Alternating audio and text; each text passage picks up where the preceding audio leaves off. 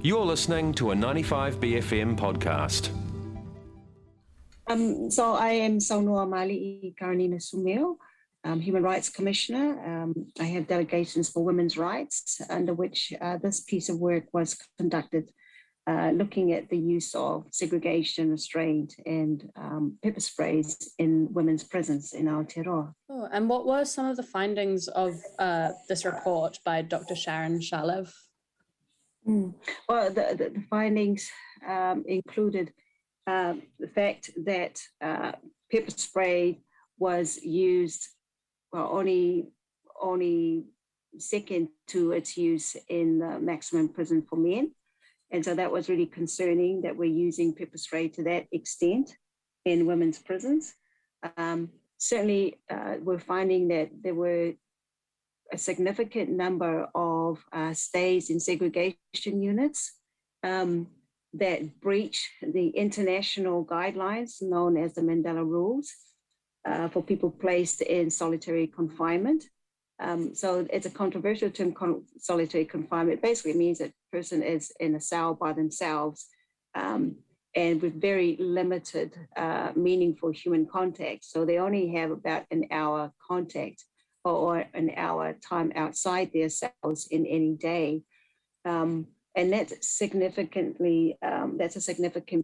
of international rules because that's happened a number of times. And so that's over 15 days. And around 93% of people who exceed that 15 days are Māori and Pacific. So there's a racial element to the concerns about the overuse of segregation and these sort of units in our prisons. And there were a number of findings. So, for example, Elena, there's a particular incident where a woman was undergoing a strip search. She refused to remove her underwear. She had her period. And it ended up with 4 guards restraining her to remove that. Now, that's cruel and inhumane. And, you know, in another context, Elena, if that was conducted in another context, that could be interpreted as a sexual assault. Now, in prison, our women in prison are some of the most vulnerable, most damaged women in society. The majority have suffered family violence, including sexual violence. You know, and for an act like that to be conducted on a vulnerable woman, doesn't matter what they've done, regardless, an act like that conducted on a vulnerable woman in a jail in New Zealand is shameful. And surely it is against, a number, as I said, international guidelines on best practice. And just as a human being, it's against what we would consider a dignified,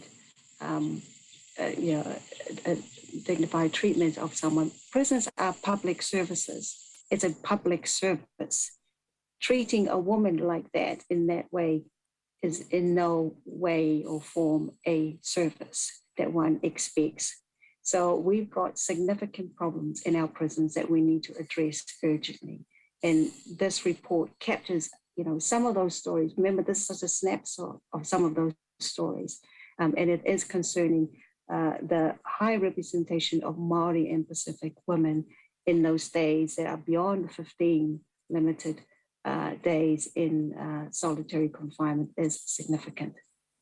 That's really horrifying, the story that you just told, and really concerning to hear that there aren't better practices put in place with how to deal with people in a humane way, because in prison, it doesn't mean it's outside of the law or outside of humane practices. And it's concerning to hear that it's breaking a well-recognized global law or kind of precedent that how you should treat people, particularly with the solitary confinement. And so it seems that the two main broad takeaways from this report are the fact that there's being disproportionate and unreasonable punitive strategies happening with women over men, but then also Māori and Pacifica. Are we just hearing about this, or has this been known about for a long time? I mean, there have been previous reviews, by the Ombudsman's office, the Chief Ombudsman's office. I mean, it's their role to monitor what goes on in prisons. Certainly, there's a chief inspectorate's office that monitors practices in prisons. So it's and this is a disappointing thing about it, Elena. These harmful practices are it's not news, right? There've been concerns about the use of segregation and what happens. The commission, I mean, I'm only looking at this for the first time because the report was conducted by an international expert. And it's the third report that she's conducted in our prisons. So she's been able to look at changes over time. Like, so she did our first report in 2016, and then she did a follow-on in 2020. And this is the third one. And this third one was done because I asked for it under my mandate as women's rights advocate to have a specific look at these practices in the women's prisons. And to find out that we are using pepper spray on women more than we're using it on men in high security maximum prison is a real concern. There seems to be a sort of this blanket expectation that women will obey and will be controlled and will behave. It's dangerous. It's dangerous and it's cruel and inhumane. And it's not something you expect to come out of New Zealand.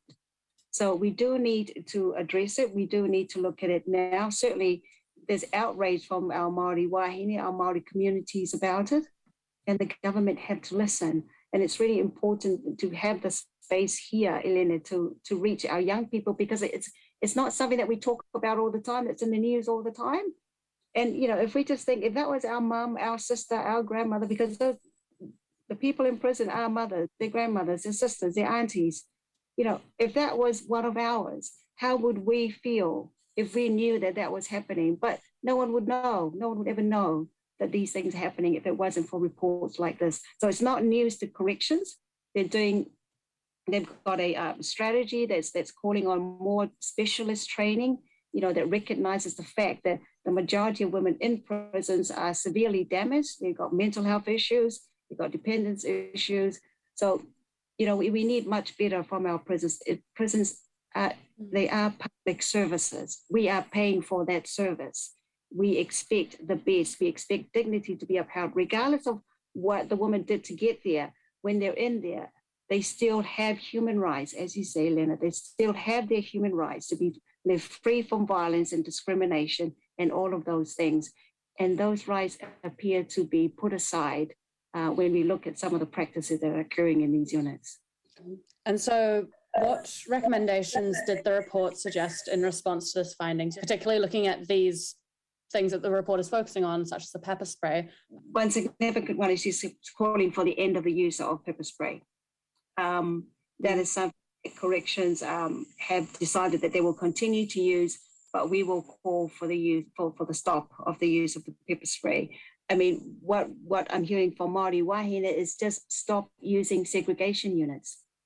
You know, stop, because so much happens in those units that is so damaging and harmful. So those are two of the key things. Of course, we need to look at more trauma-informed, culturally informed, gender-centered responses.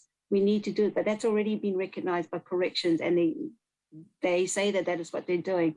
I think we don't need, why do we need pepper spray for women who are already inside cells? They're not going anywhere. You know, I'll give you another scenario, Elena. A woman who refused, when she was being searched, she refused to take off her hair tie. It may seem like a simple thing, but it ended up having 4 guards on that woman to remove the hair tie. These things don't make sense. There's something very wrong in our prisons. I know there's great work that's happening there, but when you lift the lid and see these things, and these records are obtained from corrections records themselves. It's not like something that the expert made up.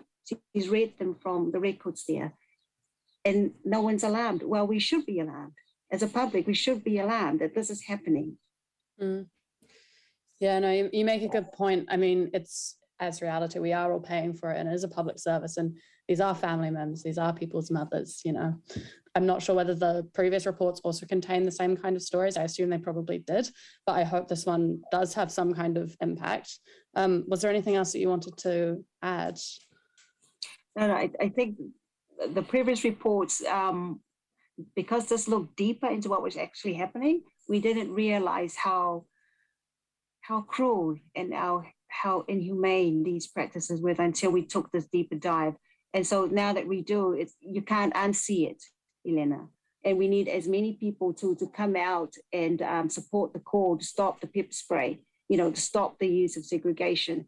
Otherwise, it's going to continue because, as we said before, we don't talk about these things on a daily basis but these are really, really important things that we need to also address and not put aside for another time. These are lives that are being affected, and we have a duty to them as a public. We have a duty to ensure that their rights are protected and upheld, and we need to hold people accountable for their actions. That was a 95BFM podcast. To hear more, head to 95bfm.com/bcasts.